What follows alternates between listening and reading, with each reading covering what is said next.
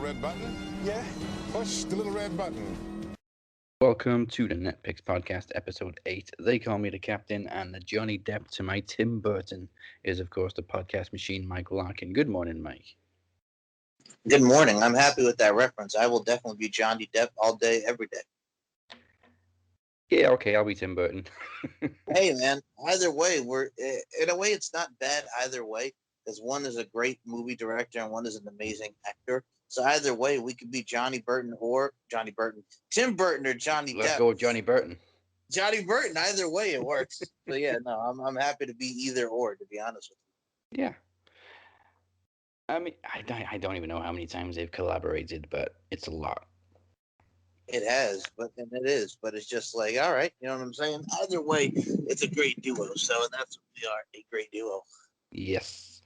All right, now it's been a few weeks since we did part 1, so we're finally doing part 2 of originals versus remakes. Obviously, life's kind of gotten in the way as the world is starting to open up again.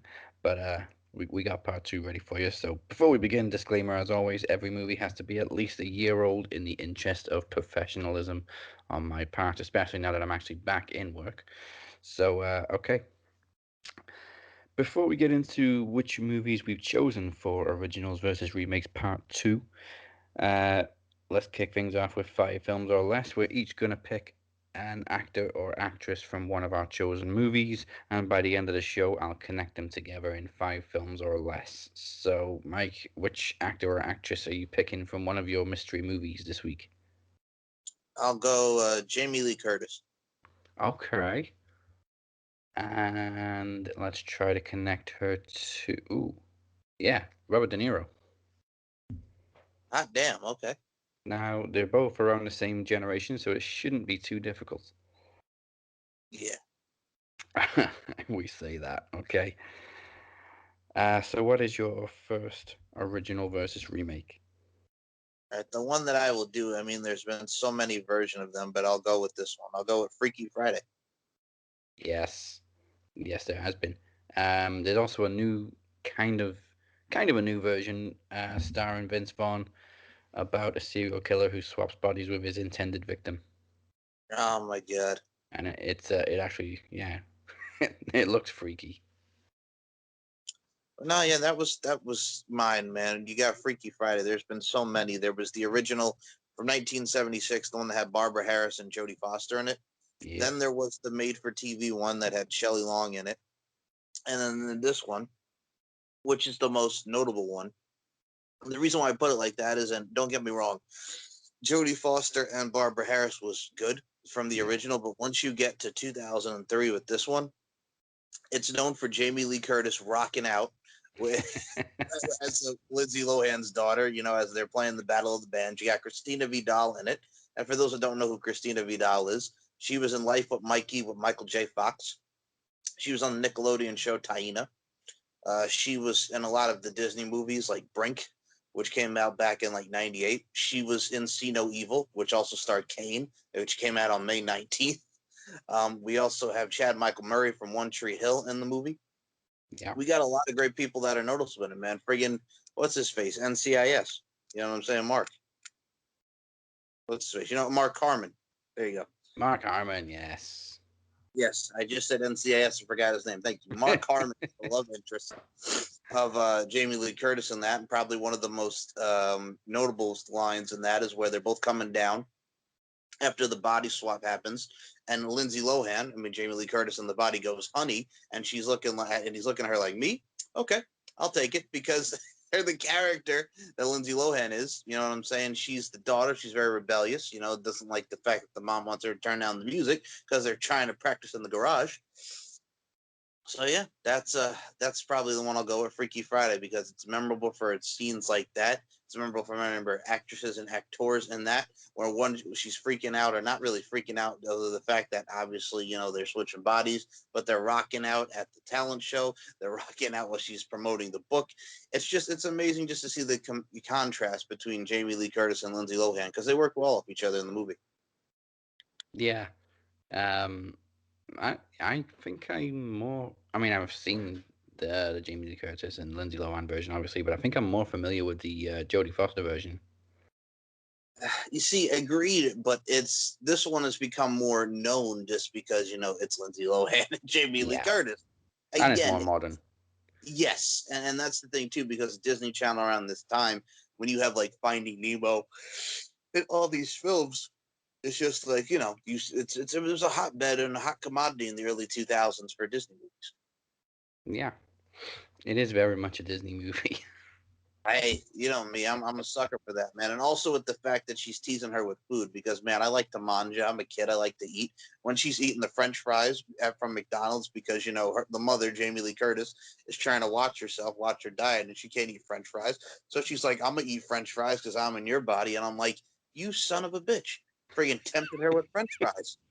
I want some of them fries. How about them fries? You know what I'm saying? Give me some of them French fries. Yeah, Jamie Lee Curtis is great in it. There's also a scene, I think it's with Chad Michael Murray, where they're discussing the White Stripes. Yeah, yes. And Jamie Lee Curtis is like, get a bass player. I fucking love it.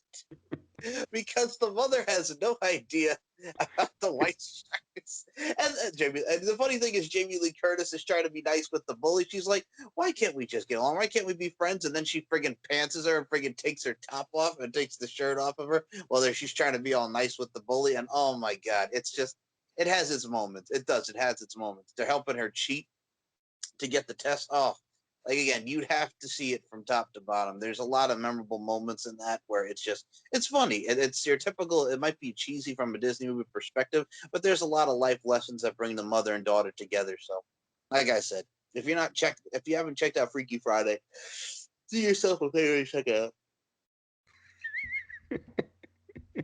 It sounds like you enjoyed it. Yes. No, I did. Sorry. That's what happens when it's early as o'clock when we do these shows. But no, check it out. Yeah. Lindsay Lohan and Jamie Lee Curtis, Freaky Friday from 2003.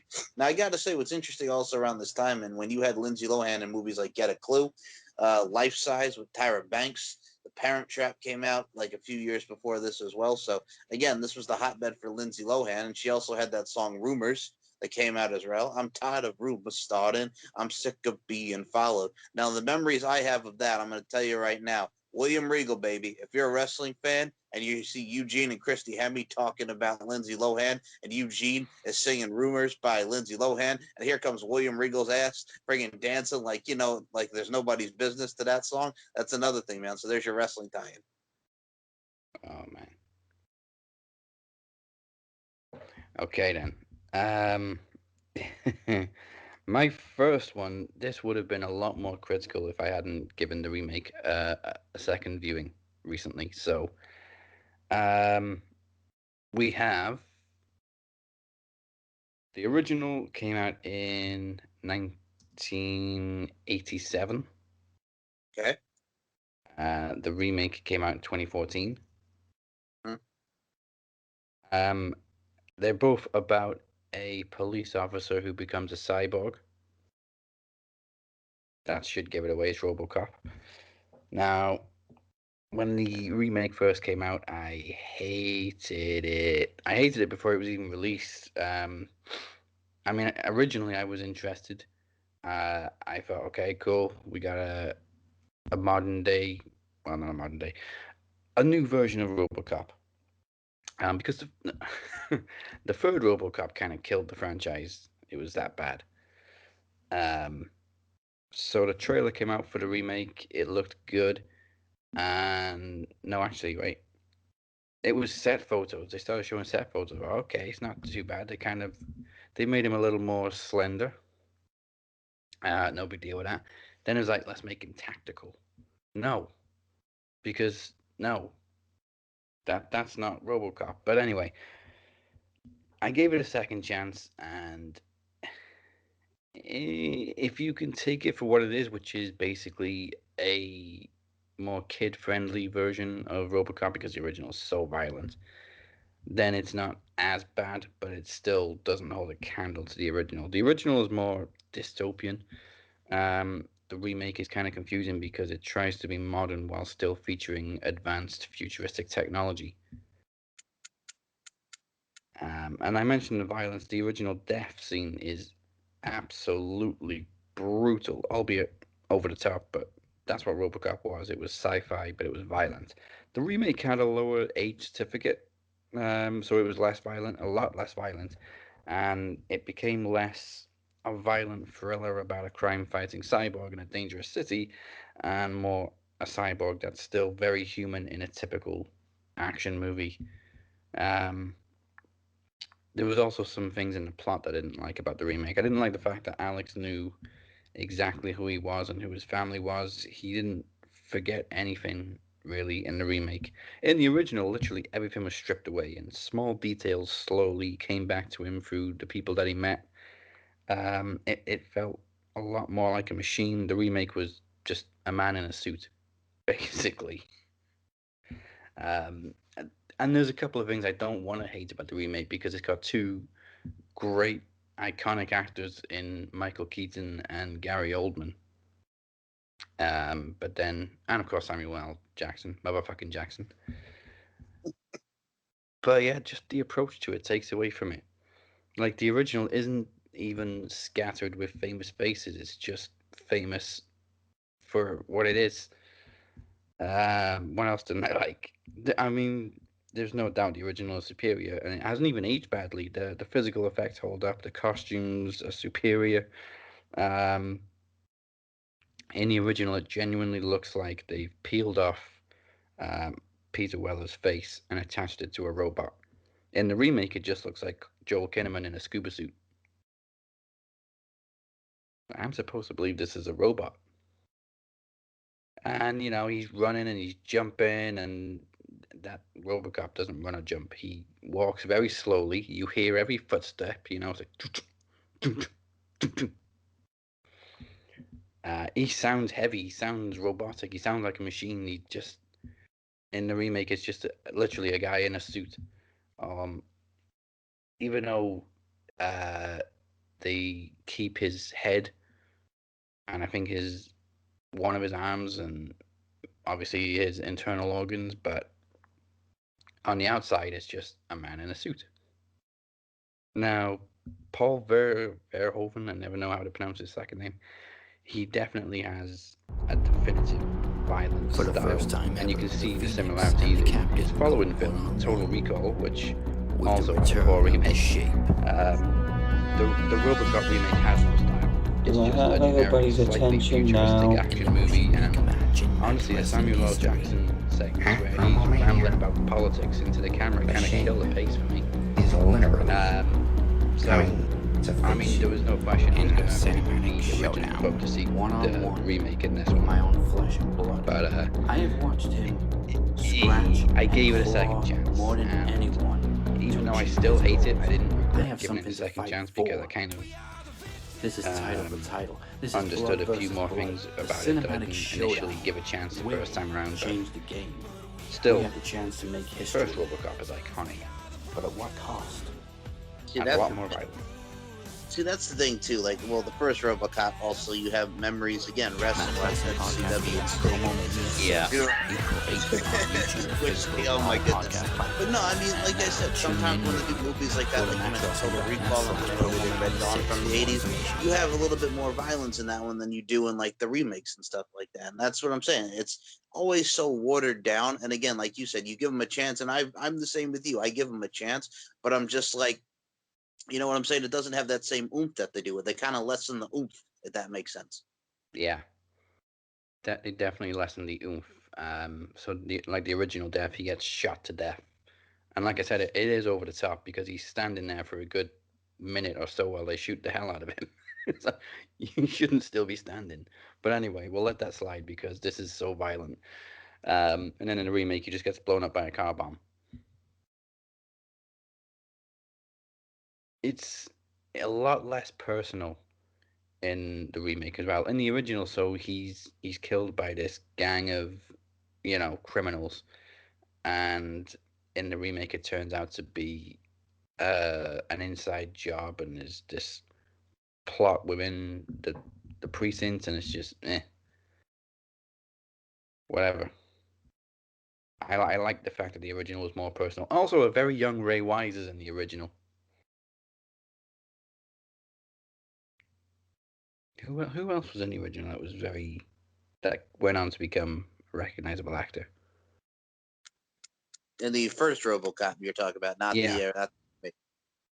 Yeah, Well, I think it was only Ray Wise really that went on to become very recognizable. Obviously, Peter Weller as well. yeah, that's what I was about to say. Like, I mean, those are the two that really stick out looking at the original casting. But yeah, no, those are the only two that really Yeah. stick out after looking at the cast. I mean, and Nancy Allen, who was in Carrie as the bully. Yes. All right, here's the thing about Well, I Carrie. mean, actually, that came out years before RoboCop, but anyway. You know what gets me about Carrie too? That's actually funny if you look about the '80s from that standpoint. So great movie is Carrie. I mean, obviously they did a remake, and I like Carrie from the horror perspective. Yeah. But around that same time in the '80s, Carrie was a song that was a ballad by the rock group Europe that also came out. So I'm like, you son of a guns, in the '80s, man, you have this horror film and then you have this ballad, Carrie, we will meet again. So it's like you got a friggin' ballad out at the same time you got a friggin' horror movie named Carrie. What in the world? It's also the same group that sang the Final Countdown, for God's sake, man. That would be Brian Danielson's theme song in Ring of Honor, you know? So hey, what a time to be alive. I did not know that. Well, now you know. If you don't know, If now you you don't know, now you know. know. Hey! Ah, Oh man. Actually, I think that was one of Nancy Allen's last pretty big roles, RoboCop, because she did a few recognizable things before RoboCop. Um, like we said, Carrie. She also did Dress to Kill with Michael Caine, which is a very hidden gem about a serial killer with a very nice twist. So I'm it's not going to funny. say anything more about it. No, it's funny you bring that up because I remember my mom when we were going to see like pick up movies. I don't know if we were at like FYE or something, but we have that movie on VHS. And I will say, for those who have not seen Dress to Kill, because you are absolutely correct on that, very underrated and a very good film to really start off the '80s. It really has that different kind of like a psycho type of reference to it, if that makes sense. Yes, yes, it does. I like the reference. Yeah, you're welcome. Greek, Greek, Greek.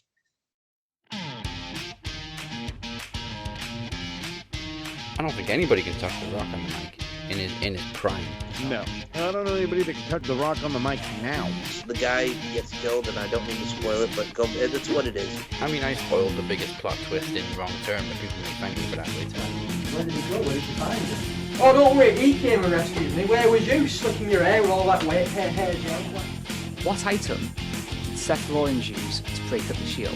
Was it A, Michael Cole's shoe, B, a steel chair, great Who steel throws a chair, shoe, honestly? Hello, ladies and gentlemen, and welcome to another edition of On the Mic with Mike. And joining me today, Impact Wrestling Knockouts champion, Miss Dion. I don't think I said anything wrong though. That's how bad that bump was.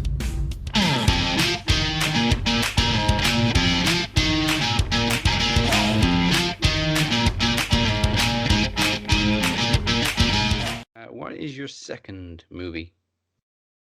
It's a very okay, I'm going to say this. It might be one that not a lot of people are familiar with, but I remember seeing the trailer for it back in the day when it came out. And it's funny because this remake came out in 2010 when I was graduating high school. It is the romantic horror film directed by Matt Reeves, which stars Richard Jenkins, and it's called Let Me In. So the original movie was called Let the Right One In, which was a Swedish film in 2008, which I still have on a bootleg, which kids, bootleg. So, so I remember getting the bootleg of it because I knew a guy, and I actually have that somewhere on DVD, the Let the Right One In, and I also have Let Me In. So Let Me In was about a 12-year-old boy who befriends and develops a romantic relationship with a female child vampire during the early 1980s. So he's a kid. His parents are getting divorced. He meets this girl, Abby, who walks around barefooted. Yes, she's barefooted. And what he doesn't realize is they're relatable. They have similar stuff that goes on. But what she does is she's a neighbor as well. They don't live too far apart. Drinks the neighbor's blood, kills him, disposes the body, and then friggin' they take this blood pact to protect him because he's getting bullied by these kids at school. You know what I'm saying? And like it turns into this big scene, which is also very similar to the original one, where they're at the pool and they're gonna drown him, but she comes out and dismembers the fuck out of him, freaking puts the hand out and just bro, she kills these kids, like beats the fuck out of them, rightfully so, because these kids were scumbags and shitheads, so they deserved it. Friggin' blood all over the place, dismembering these kids, helps them out of the pool. It's one of those things is where she needs blood to, to friggin' heal. She's killing all these people. They take a pact, man. It's a blood pact. And she reveals the fact that she's a vampire, excuse me, and that, Thomas was not her father. And pretty much she discovers that she is, it's a creepy film, but it's very, very interesting nonetheless, because it's the kid being helped by a vampire. Like, you know what I'm saying? And then he finds out that she's a vampire, and they build this relationship. You know what I'm saying? So it's 12-year-old befriending a vampire. And it's interesting because he really does let her in. Let her in. So that is my pick for my second film. Let Me In. Very, very underrated film. You know what I'm saying? So definitely check it out. It's full of dismemberment. It's full of a 12-year-old being helped by a vampire, kill some son bitches teens that deserved it because they were shitheads, and just, helping her feed and get what she needs off of people and developing a bond. So yes, a kid and his vampire. Yeah, and of course, young Chloe Grace Moretz, who's become quite a staple in horror in recent years as well. She's been in a lot of horror movies. She was in the Amityville Horror. Yes, and recently Greta. Yes, that is correct. And now she's in Tom and Jerry. How do you go from drinking blood to freaking Tom and Jerry? I mean, she also did Kick-Ass. She's very well-rounded when it comes to movies. She's done all kind of genres. Cody Smith McPhee, who played the boy, I'm not familiar with, even though apparently he was in Planet of the Apes. I don't and remember, X-Men. to be honest. Yeah, the only people that I remembered are the girl, Chloe, and Richard Jenkins. I totally forgot that this dude was in Dawn of the Planet of the Apes, and wasn't he in like X-Men or something like that? Yeah, he was the new Nightcrawler apparently, which obviously you wouldn't recognize with the makeup. No, he would not. But yeah, it's good. If you've not seen Let Me In or Let the Right One In, the Swedish film, the only difference is subtitles. And this Yeah. one, it's you can actually understand it. Yeah, I mean, there's some people out there who don't really have the time for foreign movies with English subtitles. Personally, I prefer subtitles and dubbing. Dubbing just looks and feels wrong. It really annoys me when audio doesn't sync up with uh, the mouths moving, especially if it's in a different language.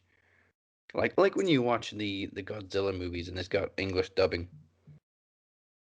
it just it just looks so ridiculous. Yes. But yeah, no, when you look at films like this, like I said, I didn't do it justice, but like I said, when we try to do this, you don't try to spoil it for people. And yes, I know these movies are like, well, in regards to Let Me In, it's like 11 years old now. But Yeah. still, if you've not seen stuff like this, all I can say is it's a kid and a vampire getting along, and she sees how vulnerable he is, so she's going to help him, and they take a pact. And the dismemberment of these little fuckers that they rightfully deserve is absolutely amazing. So I guess just the joy of her helping the kid and friggin' beating the shit out of these shitheads and rescuing him from the pool gave me some delight because these little motherfuckers deserved it. I'm going to say right now, whoever played the kids that were bullying him, those little motherfuckers did a great job of playing some bullies, because I was so happy when you just like break some bodies apart. Dare I say, to quote Drowning Pool, let the bodies hit the floor. And oh, baby, did the bodies hit the floor. And then some, you fuckers. I'm familiar with Let Me In, but I haven't actually seen it. I never really knew what kind of movie it was because I wasn't sure if it was a horror film or like a teen movie, you know. But I think you described it more as a horror film. Bro, but the thing is too, they have like a romantic thing because she takes a liking to him, and they got a lot of love, man. They got a lot of love. If you've not seen the poster, and anybody who has it, It's kind of like a more violent version of Twilight. exactly, perfectly said.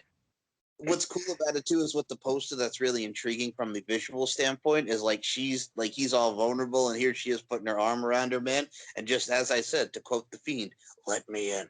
Boom. Well, I mean, it's also directed by Matt Reeves, who has a great track record with the Planet of the Apes movies and Cloverfield. Mm-hmm. All right, so yeah, I think I'm gonna have to check it out. And they were also made pretty close together as well. I think it was only a couple of years between the original and the remake. Yes, "Let Me In" was in 2010, and the first one, "Let the Right One In," is 2008. Nice.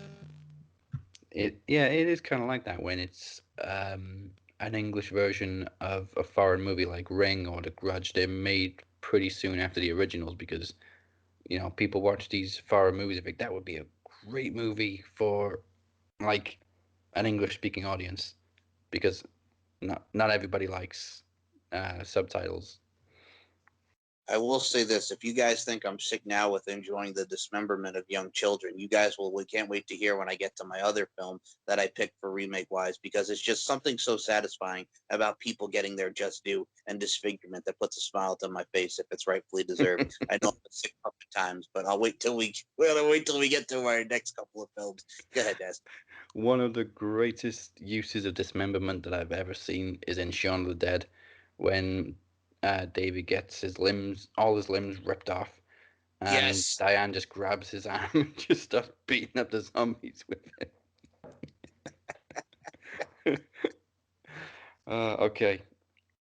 So my second one, I have a lot of praise for both the original and the remake. So I'm not going to dance around it. The movie is Cape Fear. Yes. Um, I think the remake is more famous than the original, but I think that's just really down to the original never gets shown anywhere. It's kind of rare or difficult to find unless you just buy the DVD or whatever. Um, so there's a lot of similarities and there's also a lot of differences, which is a nice balance. Robert De Niro plays it a little more sinister right from the beginning. He comes across, you know, pretending to be charming and then drops the "You're gonna learn about loss." Whereas Robert Mitchum just sticks to his fake smile for almost the majority of the movie, really. Um, what I also like about it is the remake follows the original very closely, with only a few very small changes, such as Max Cady stalking Sam's family at a cinema rather than a bowling alley. Sam being in the room when Katie is strip search. It's just very small changes, but ultimately it's very similar and follows the same plot. Um, and another thing I really like is the original three male leads from the original all appear in the remake in different roles. So Gregory Peck returns as another lawyer. Sorry, Travis. Lawyer. Robert Mitchum becomes a police lieutenant, and Martin Balsam becomes a judge. So they were all like the three main male characters in the original. So it's nice that they were a part of the remake and obviously gave it their blessing. It was also nice to see Gregory Peck in the remake because I don't know how old he was in that one, but I think he was almost pretty much done with acting by 91. Uh, I'm going to check that. That sounds about right because I'm like I said, I'm doing the math in my head, so I think that should be all right. Double check me on that too, again because I did a mental visual of that. Yeah. Okay. Where the hell is his filmography? Okay. Film 3, 2, 1. Well, I mean, he wasn't almost. Well, that was his last acting role. He was in a couple of documentaries and voiceovers after that, but that was his last acting role in a movie. And then, of course, he sadly passed away in 2003. But I mean, Gregory Peck, hell of an actor. He's also in one of the movies that I'm probably going to mention on one of the other topics, which I won't spoil. We'll see when we come to it. Jessica Lange also I think was much more prolific, and I don't want to be mean, but relevant in the remake as Sam's wife than Polly Bergen in the original. I mean, they were both very relevant in the finale, obviously, but throughout the movie, Jessica Lange had a little bit more of a presence, and maybe that was down to the character being in the script more in the remake, or maybe it was down to Jessica Lange's star power. I mean, she was pretty well known at the time, but she's much more famous now thanks to being a powerhouse in American Horror Story. But um, I also remember her acting debut in the King Kong remake, which I think she got some criticism for, and she took like a year off acting, and then just came back so much better. Not that I really thought she was that bad in the King Kong remake, but anyway. As far as Sam's daughter goes, Danielle in the remake, Nancy in the original, they're both pretty balanced. Juliette Lewis was about 17, I think, when they made the remake, but she looked older, and Laurie Martin was about 15 in the original, and she looked her age. But they both had a fair amount of screen time and presence, but I think the biggest difference between them was the relationship with Max Cady. So, without giving spoilers away, in the original, the first time they really cross paths is about halfway through the movie, where she runs away as he stalks her, and in the remake he poses as a school teacher in order to get her alone and manipulate her. Um, so again, there's very similar things, and there's also a lot of differences. There's also a rape scene where Katie beats up his victim in both versions, but the remake, being a Martin Scorsese movie, is a little bit more graphic. Um, uh, in the original, it's also a random girl in a bar. In the remake, it's Sam's secretary who also happens to crush on her boss, making it just a little bit more personal.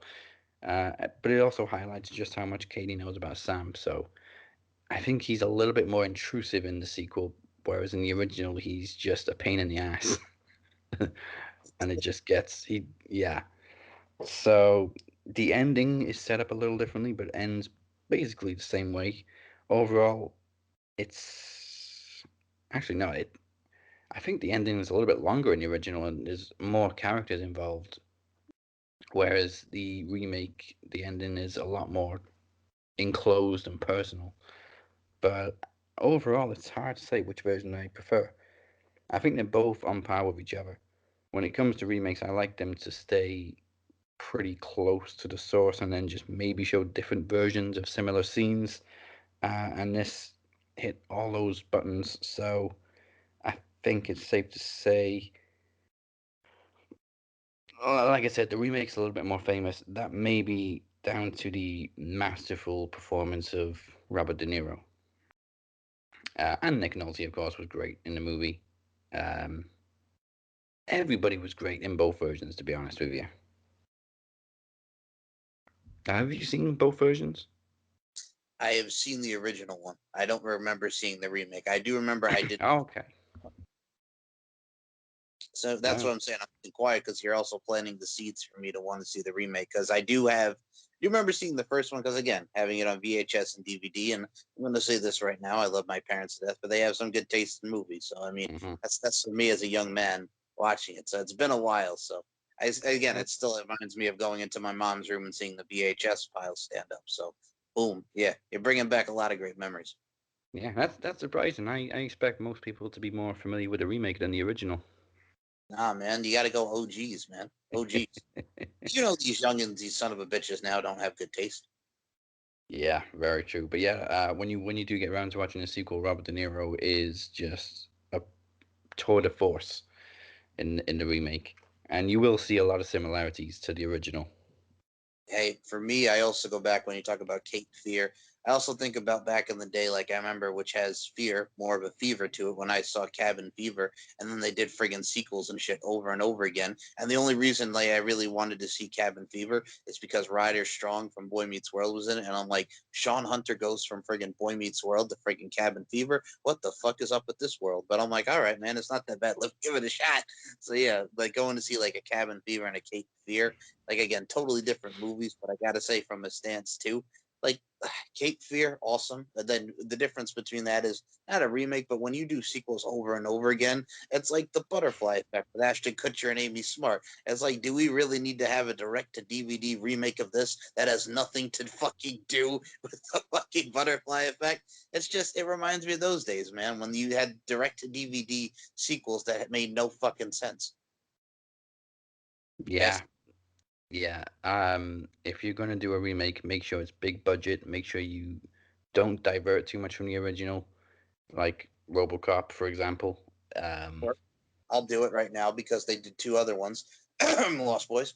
Lost Boys friggin' The Tribe, which made me yeah. so goddamn mad. And I enjoyed the Cry Little Sister remake was not bad, but it made no sense because they're like fucking skateboarding friggin' what are these fucking emo vampires? Like, I mean, we had friggin' Twilight for God's sake, glowing vampire. Then we got these emo fucking son of a bitches on skateboards. Like, what are you doing, man? Are these the rejects from Avril Lavigne's Skater Boy and they turned into fucking vampires? What are you doing here, you son of a bitch? And then you have friggin' Corey Haim, God rest his soul, only at the friggin' ending when he's a friggin' vampire. And then they do Lost Boys The Thirst, where it's just friggin' the Frog Brothers, going after everybody and friggin' Edgar trying to save, Alan.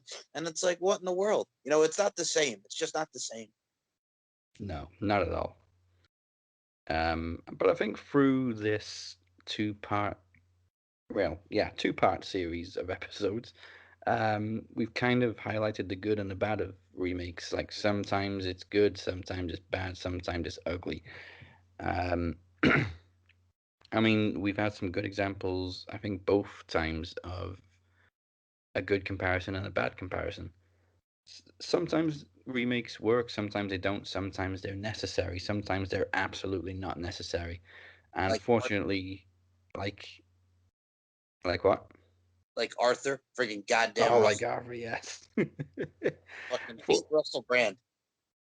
fortunately, there's a lot of movies that are preserved, so they basically can't be remade because they're uh, as- aesthetic is the word. Yeah, that makes sense. I mean, Culturally aesthetic is what I'm looking for. for me, when I For see something, example, yeah, good, you first. Jaws. Yeah, it's like for me because I grew up in a generation. Obviously, we grew up in the '90s, but for me, like growing up, like, and now I think what a lot of us get angry about, not just movies, it's like TV shows. Like I remember as a kid when we had Mom's Got a Date with a Vampire, the Disney Channel original movie, which I'm sure is on Disney Plus now, right? So it's Caroline Ray and from Sabrina the Teenage Witch and Mr. Sheffield, which what a friggin' role, friggin' Charles Shannon from friggin' Mr. Maxwell Sheffield to friggin' vampire. Got Robert Carradine as friggin' Malachi Van Helsing. And it's one of those things is like, it's interesting. It's cutesy, but at the end of the day, it's somewhat interesting and would piqued a lot of interest in the early 2000s. And then friggin' in 2008, Disney Channel comes out with the show called My Babysitter's a Vampire. And I'm like, well, you can fuck right off with My Babysitter's a Vampire. You can fuck right off with that right now. Yeah. Um, I've seen Mum's Got a Date with a Vampire, and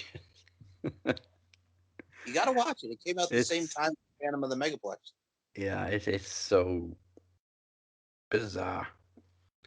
And of course, Aunt Hilda from Sabrina. Yep. Caroline Ray, man. I mean, when they're friggin' sitting at the table just to get the mom to go because he tries to set her up to go out on a date so he could go to this friggin' harvest festival. You friggin' selfish son of a bitch, Matthew O'Leary, who was in Domestic Disturbance and Spy Kids. Man, Yeah. they're all just at the table, and he's like, I just remember when we used to have chocolate chip pancakes. I wish we had some chocolate chip pancakes. What a friggin' way to make your mom feel guilty, to go to the store to get some mix so you can have your chocolate chip pancakes. Son of a bitch was making me hungry through that with the chocolate chip pancakes. And then it turns out at the end of the movie, Robert Carradine likes him some of them chocolate chip pancakes. You know what I'm saying? I wanted me some chocolate chip pancakes. After that, the subliminal messaging is right there, Dazzy Dangerously, for some chocolate chip pancakes. It may do. Maybe we should sponsor this episode by chocolate chip pancakes. Just you got to say it the way he does. Man, I Chocolate chip just pancakes. used to have chocolate chip pancakes. So I remember Caroline Rhea for three reasons. Obviously, Aunt Hilda from Sabrina.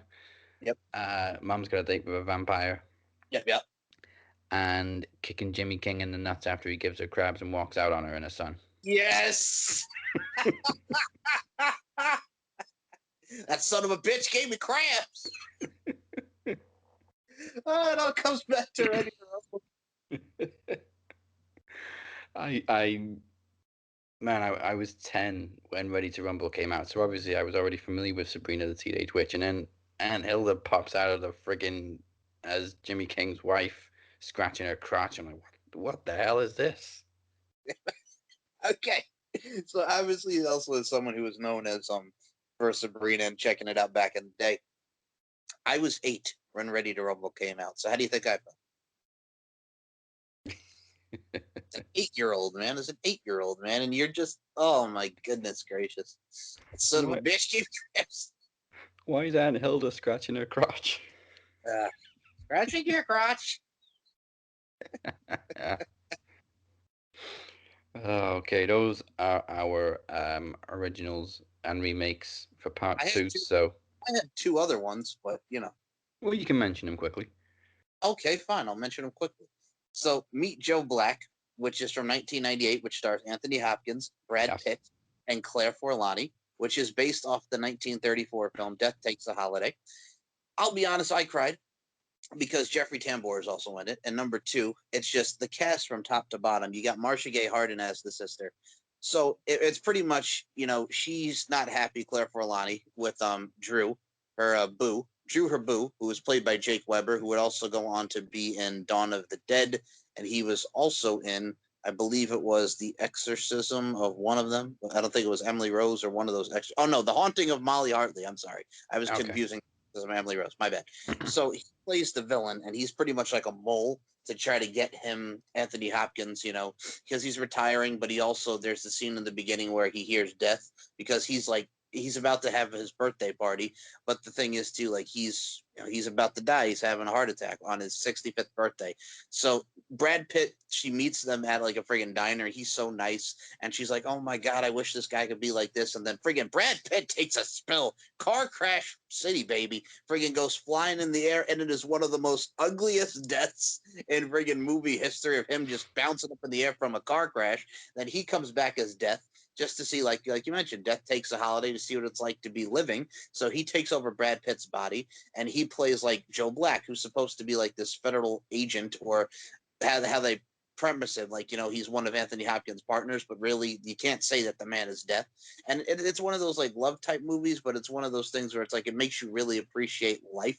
And that's what really gets me about it is too, because Death starts to appreciate life. He has a fixation with peanut butter, which I'm going to tell you something right now. As a man who enjoys him some Jif peanut butter, I can absolutely go with that. Some peanut butter, as he so appropriately put it in that film. And Claire Forlani is fine as wine. Yum, yum, yum. So it's one of those things, man, where you have a love story and you also have an appreciation for life. And it really is one of those movies, which I'm going to say for a 3-hour movie, it is a great movie from top to bottom. You don't even feel like it's 3 hours. It's just, it brings a smile to your face. It brings a tear to your eye. And it also sees that goddamn son of a bitch Jake Weber as Drew get his. So definitely check out Meet Joe Black. And my other one very quickly, and also because Anthony Hopkins and Brad Pitt were also in Legends of the Fall, and then they made a comeback and Meet Joe Black together. I did the I Spit on Your Grave films, which originally came out in 1978, which is a rape and revenge horror film, and then more come out in the 2000s. I'm going to say this right now, because we were talking about disembowelment. Oh my God. If you want to see some penises getting disfigured and torn off, man, this is the film for you. I have never seen so many dicks come off in my life. Look at I'm sorry. What? Not that you'd want to, but yeah. No, oh my God, but they deserve it, man. They friggin' and all of them. I Spit on Your Grave, the sequels. My goodness gracious, like dicks just being torn off, friggin' chopped off with some pliers, and friggin' just wrenched off. My God, they deserve it. It's the same with the ones that we saw like in the mid 2000s. It's that she gets kidnapped, and you know what I'm saying. She gets beaten to death. They do horrible things there. They smack her around. They tie her up. Then she gets free and kills them. And then at the end, it's just there's a lot of dicks coming off. It reminds me of like the sequel when pretty much she brings the guy into the alley, right? Oh my God. And I felt for it because you know what? It's the thing where every guy, like I guess, wants to have some sexual fellatio, if you will, some fellatio in the alley, or there's something just about public sex where it's just like, all right, it's some torrid, it's hot, it hits the spot. There's a little marketing strategy for you. Tore it, hot, hits the spot. Put it on a T-shirt, boom. But no, like they're going in the alley, and she thinks like he's about to get a blowjob, and friggin' bro, like she just, and I'm like, oh, you know what I'm saying? I felt that. So yeah, I spit on your grave. The series from the '70s to the 2000s. I think you summed up the trilogy perfectly. There's a lot of dicks coming out. There is friggin' oh my god. I mean, I understand killing him and just you're out for revenge and you want to get these suckers, but goddamn, holy hell, there's a lot of dicks coming off. Oh man, there's a lot of originals versus remakes we can discuss. So I'm gonna leave it on the wheel, and it may pop up again further down the line. I'm looking at a list now. There's like King Kong has had 2 remakes. There's The Fly, Scarface is a remake, which a lot of people probably don't know. There's Dawn of the Dead, which also starred Jake Weber. Yep. Yeah, so we may do more originals versus remakes later on in the series of Netpicks. But before we find out what our next topic is, let's complete 5 films or less, which I did in 3 movies. So we had to get from Jamie Lee Curtis to Robert De Niro. Somebody's probably done this in less actually, but I was actually kicking myself that it took me so long to do this one. And then when I figured it out the way I did, I was like, oh man, that is so obvious. So Jamie Lee Curtis was in My Girl with Macaulay Culkin. Yes. Macaulay Culkin was obviously in Home Alone with Joe Pesci. Fudge. Home Alone 1 or 2, take your pick. And of course, Joe Pesci was in either Goodfellas or Casino, take your pick, with Robert De Niro. So that's how we get from Jamie Lee Curtis to Robert De Niro. That's how I've got it. Anyway, if you've got it any faster or in any less movies, let me know. If they were in a movie together, let me know because I'm not aware of it. No, I was looking while we were doing this, and I'm like, I didn't see it, but I did also catch, obviously, Home Alone with Joe Pesci and Freda. But yeah, I kind of went from there the same way you did. So I kind of went the same trajectory as I'm looking. I'm like, okay, Goodfellas and My Girl, yeah, which a lot of people forget that she was in My Girl because that's actually also very underrated. But yeah, no, that's how I kind of went with the trajectory as I was looking at it. So yeah, no, I'll go with that because I don't even remember if they did a movie together. But no, I didn't see anything else. So. Yeah, I'm not aware of them doing a movie together. But if they And that's do, oh yeah, I'll watch it. If ever we do also, it's not on the wheel, but if we ever do a topic like sequels that ruined a franchise, Home Alone is definitely coming up. no, we are definitely talking about how when you get towards home. Okay, I know you're a little bit about Home Alone 3, but for me, Yeah, I like Home Alone 3. All right, we'll differ on that one. But once we went to Alex D. Lynn's territory, and then Home Alone 4, which was god awful. Oh my god. Oh my god. Home Alone 4 is an abomination, and I don't even want to watch the 5th one. I don't even remember that they had a 5th one. Yeah, it was a Christmas special. I mean, they all take place at Christmas, but this one was literally like Home Alone Christmas Caper or something stupid. It's for me. It's like when you had Doctor Doolittle 3. Like you had the first two. Okay, I understand it. It came out '98 was the first one, and then 2001 or 2002 with Eddie Murphy. And friggin' then you made the third one, which is direct to DVD, and it's just Kyla Pratt, the daughter, pretty much Yeah, Eddie Murphy. And I'm like, it's not the same. yeah. I haven't seen the new version with Robert Downey Jr. either. I've No, seen the original Doctor Dolittle, yes, the like the original. original. Yes, it's the same with me. It's like when you watch Cheaper by the Dozen with Steve Martin and Bonnie Hunt, and then you watch the OG original. It's like when Keanu Reeves did The Day the Earth Stood Still, and then you had the original Day the Earth Stood Still, which came out like the 40s, you know? Yeah. Home Alone 5 was the holiday heist. Okay. So yeah, don't watch it. Oh my God. And watching The Day the Earth Stood Still, which you see that from like, the 2000s with Keanu Reeves and how it's very adult oriented and sci fi. Then you watch the original one from like the 40s where everyone's like, oh my God, good golly gosh, mom. And I'm like, what the fuck? Am I watching Happy Days? Good Lord. You see, I say don't watch Home Alone 5, but then it also has Joel Dahl McFarlane in it, who has done so many horror movies from Silent Hill to Cabin in the Woods to Tall Man. Yeah, she was also in Twilight, but we won't mention that. Oh God. She was also in the Carrie remake in 2002. Carrie! She must have been very, very young in that one, though, because she's only in her mid-20s now. I'll be honest with you. I will not complain about Carrie the remake because I remember seeing that one. Not bad at all. Not bad at all. It was shot very strangely, but yeah, I kind of enjoyed it. Yeah. And again, that was another one we could have talked about with the Chloe Grace Moretz remake, which was great. There's so many of them, man. It's not even funny. But okay, Yeah. I'm looking at this. So Home Alone 5. This son of a bitch's name is Finn Baxter. Are you Yeah. shitting me right now? What the actual fuck, Dazzy? You also got Shorty in it. Shorty. Like, seriously? I Wait, no, it's not Shorty. Who am I thinking of? or you What was he in? Oh, I'm thinking of My Name is Earl. Eddie Steeples. Oh. Yes. But yeah, same kind of character. Also, Jason Lee. Malcolm McDowell was in it. Are you thinking of Jason Lee? No, I'm confusing Eddie's. Well, you said My Name is Earl. I originally went to Yeah. Jason. No, I was I was thinking of Marlon Wayans. Oh, Marlon Wayans, Shorty Yeah, from Shorty. Scary Movie. Okay. So, Marlon Wayans' character from Scary Movie. I'm like, how are you mixing up Shorty? It's because of Eddie Steeples' character in My Name is Earl. They're very similar. Okay, so let's find out what the next topic will be. Again, we're going to leave original versus remakes on there, so we may get it again. Let's take a look and spin the wheel. All right. And okay, the next topic is never before seen, so we both have to pick two movies that we've never seen before. I can do that. Yeah. I mean, there's not a lot of good movies that I haven't seen before, so I'll try. Yeah, it's hard because we both have seen a lot of great movies, but for ones that you've never seen, all right. All right. I will say, don't watch Vampires. No, it's not going to be Vampires. I'm not talking about a Vampires in the Hood type of movie. I'll find something that's actually good. Oh my God, that movie is horrible. Don't ever see Vampires, kids. Vampiyaz, Vampires. Dude goes to jail, comes back to his old neighborhood. It's taken over by vampires.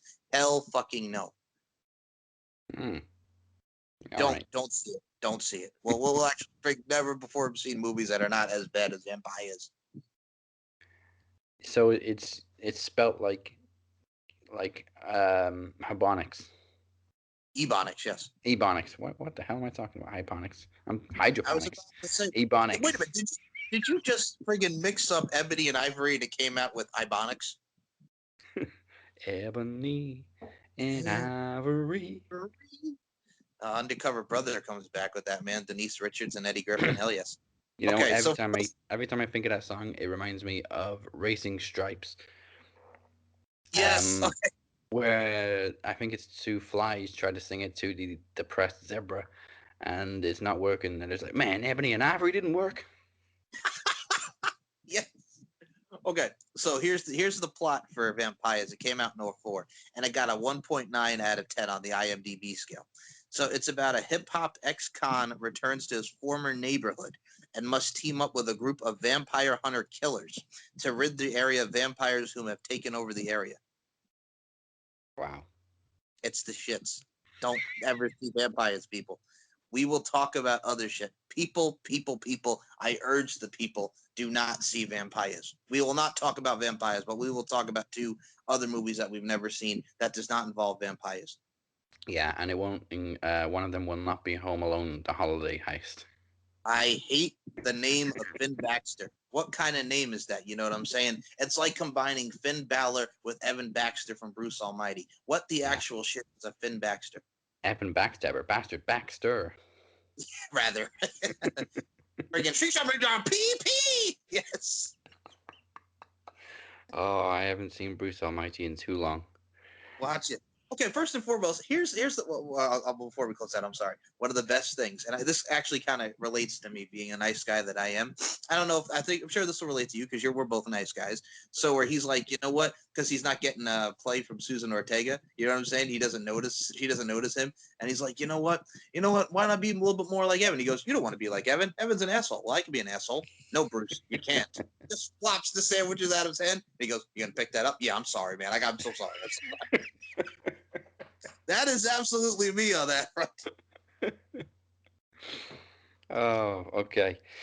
You have been watching / listening to the Captain and Mike Larkin. We thank you for netpicking and chilling with us. Don't forget to follow us on social media at Netpicks Pod on Twitter, along with Max Wrestling UK, and of course the Max Wrestling Facebook group for all our shows. And you can find us on the ClickTalk Network. Be sure to check out the variety of shows on KTN at clicktalknetwork.weebly.com. I am also living life on Twitter at Dazzybrand and the Captain512. And Mike, give them your monologue. All right, so you can check me out at SM Show 1 or MCL92 on the evil Twitter machine. You can check me out with StephenMikeShow.com and LingerieFC.com for all of my range podcasts from pop culture history, from On the Mic with Mike, the Stephen Mike Show. Everything from that's not nailed down, I pretty much done podcasts on, and LFC, LingerieFC.com with Beauty, Strength, and Dominance. And of course, the Max Wrestling Podcast each and every week with my brothers Travis the Walker Anderson, Dazzy Dangerously, Moses Marquez, and alongside my boy Dazzy Dangerously on the Next Picks podcast. Say that 5 times 5. Next Picks podcast. Bastard, rather. But yeah, no, man, we're here, we're there, we're everywhere, and we provide a lot of great content and a variety for the people to check out. And plus, we both like a lot of damn good movies and some remakes, which I'm gonna say right now, I am shocked I didn't get as mad as I thought I would be in part 2 of this episode. So yeah, getting to take a trip down memory lane, and I will add this. God damn it, Chad! The Water Boy is the shits, and if he's the only one I'm gonna say right now. Like, if he comes on this show, I will get mad just because I love Chad. But the fact that he said he doesn't like the Water Boy, get the actual fuck out of here, man. I'll say this: guests are welcome on the show except for Chad. Adam Sandler is on the wheel. Just wait till we get to Adam Sandler week. He like I said, it's this generation, man. It's the youngins. He's a fine youngin. He's a fine young man. But when he says that shit, I just want to smack him. Stay here. Stay as long as you can. Stay here. Cherish it. Cherish it. Oh. And now come back and see what our next picks on Netpicks are. See, I can do it. And chill again and see what's next. We will see you very soon, hopefully. Yes, we will. No computer problems, no oversleeping. We are going to give you some of these shows, you son of a bitch.